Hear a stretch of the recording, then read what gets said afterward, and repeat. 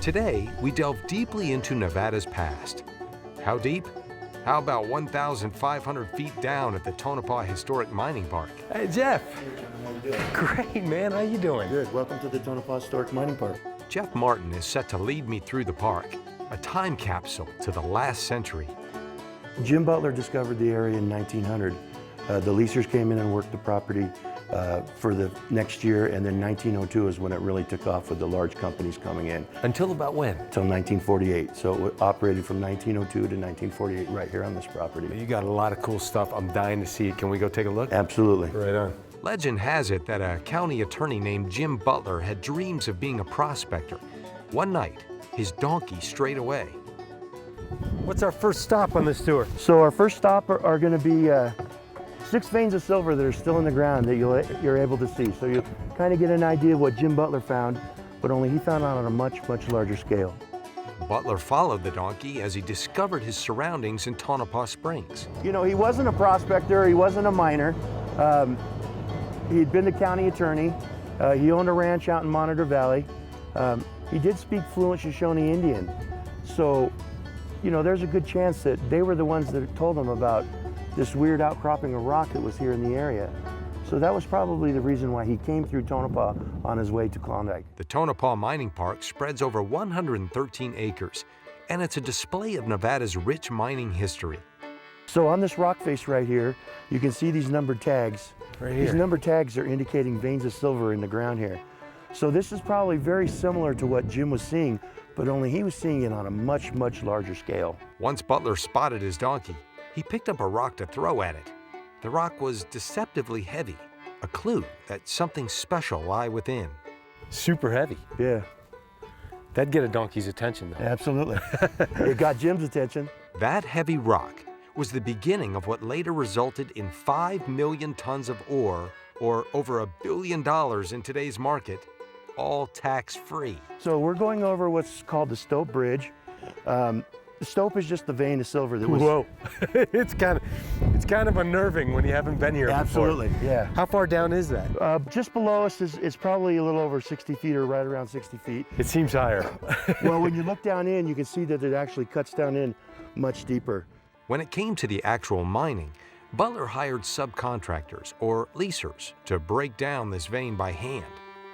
And he made a deal with them, didn't he? Yes, he did. He made a deal with them. He told them, look at, you know, I'll give you 50 to 100 feet on the vein, and everything that you take out, I'll take 25% of it and you get to keep the rest, which is a pretty good deal. Pretty good deal. Yeah, absolutely. So this is all man-made? Yes, this was all cut out by the leasers.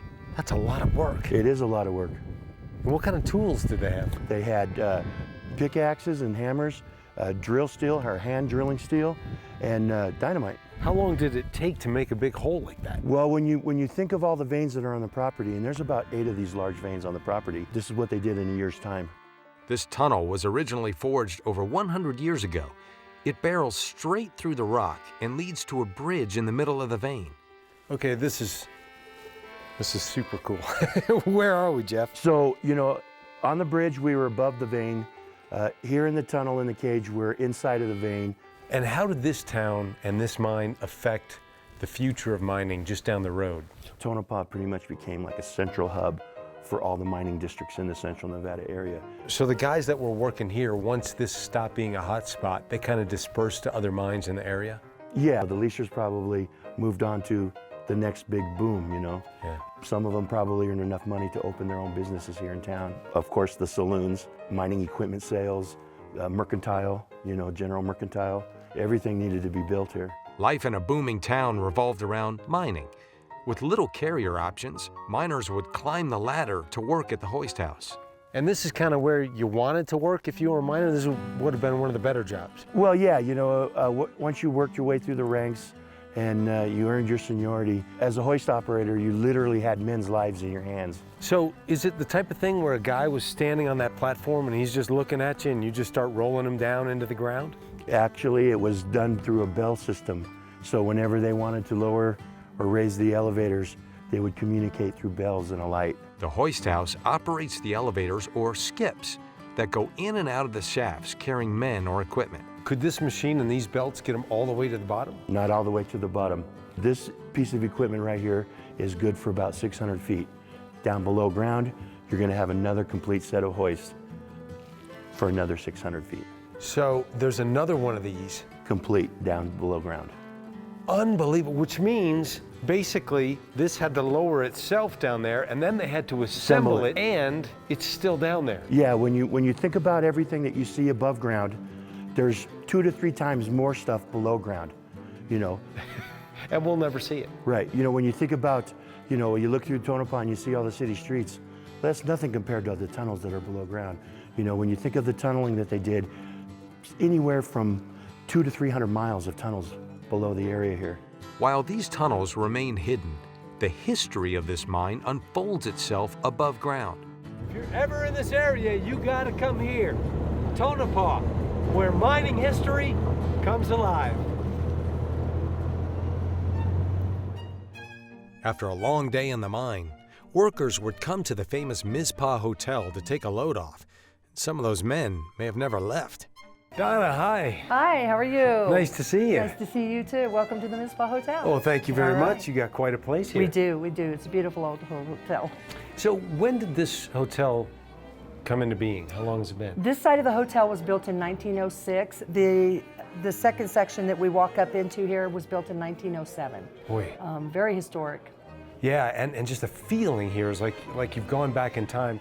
The Mizpah Hotel manager, Donna Otteson, guides me back in time. As you're walking through the town, you get the feeling that the hotel really is the centerpiece of the town, isn't it? It is. It really is. It's the heart of this community. You know, Main Street is built around this hotel back in the day, and it continues to be that way. During the Nevada Silver Rush, the Mizpah Hotel was the state's tallest building. As Tonopah's city center, it provided lodging, bar service, and entertainment for locals. This particular hotel is famous, though. It is. It's had a lot of very historical people in the hotel, from Senator Pittman. It was the kind of the hub of the state at that time, you know, with all the politicians. Jack Dempsey was a bouncer here. But there's one guest that hasn't left. Yes, there is one guest that has not left. Who is that? And that would be the Lady in Red. The Lady in Red might be Mizpah's most famous guest. Hundreds of people have stayed at the hotel in hopes of seeing her ghost passing through the walls or lighting up slot machines. So actually, you should go and talk to some of our employees, because Really? they have some really good stories. Somebody told me to go find Tracy in the Jack Dempsey room. Checking it out. Tracy? Yes, hi. Hi, how are you? Fine, Tracy McCormick. Nice to see you. I'm John Burke. Good. How can I assist you? Well, I've been talking to some of the people around here, just learning about the Lady in Red, and they said I got to talk to you. Well, I do have stories. Tell me. When the hotel first opened up, the safe was downstairs, and all the receipts from the gambling and the bar and the payroll for the mine behind us was all kept in these vaults. They decided to encase the entire vault in 18 inches of concrete all the way around, except for the floor. Now, mind you, we're in a mining town. I see where you're going. Okay. So these 3 miners get the bright idea that they're going to dig down, mine themselves up through the floor of the vault, and take all of the money and hit the road. Well, the one miner got greedy and killed the other 2 miners. So when they came in, all the money was gone, and there was 2 dead miners in the shaft. I'm on the hunt for more ghost stories, and I'll bet Karen Weathers, the bartender, has a few to share. Give me your best story about this place. My best story was when I was going to clock out to go home one night and came out and came to the bottom of the ramp over there by the restrooms and seen a shadow big enough to make me do a 360. Not just seen it, but I felt it. There was nothing there. Absolutely nothing there. So, as the bartender here, you probably hear stories flying all night long. All the time. About what? Lady in Red, people seeing her, feeling them in their room, children playing in the hallways, children playing on the elevators. I heard there's a lot of energy and action on the 5th floor. You have heard right. Thanks for taking the time. You're welcome. Hope you find a pearl. Guests claim to have found a single pearl on a pillow or a nightstand. It's time to face the 5th floor and see it for myself. So did you feel anything when you were in the elevator? Well, not specifically, but as we get further into the hotel, it really feels different than when I first walked through the doors. It really does. This is the actual room where she was murdered outside the doorway here.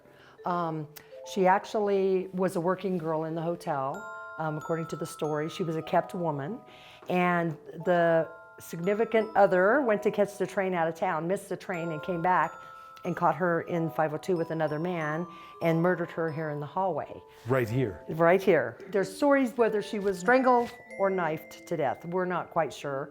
There isn't a lot of records about that period of time because this hotel was very political. Things happened here that really didn't go outside of these walls, you know, kind of like what you see stays here type of thing. But there's a lot of stories that go with the Lady in Red, from writing on the mirrors in this room to imprints in the bed after the beds have been made.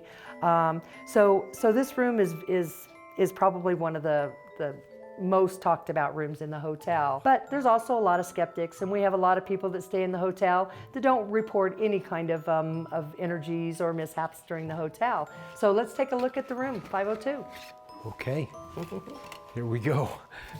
The room. The room. So this is room 502. Wow. Now I feel like I've really gone back in time.